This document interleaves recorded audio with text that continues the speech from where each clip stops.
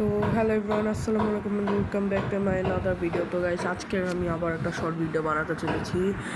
আর short video বানাবো হচ্ছে মূলত একটা জিনিস। তো তোমরা দেখে নাও গাইস, আমি একজনকে সাবস্ক্রাইব করতে বলবো। তো তার চ্যানেল সাবস্ক্রাইব করতে অবশ্যই, সে আমার বলা যাবে না, সে আমার বন্ধুর মতো বলতে পারো, আমার বন্ধু, আমার ক্লাস ফ্রেন্ড।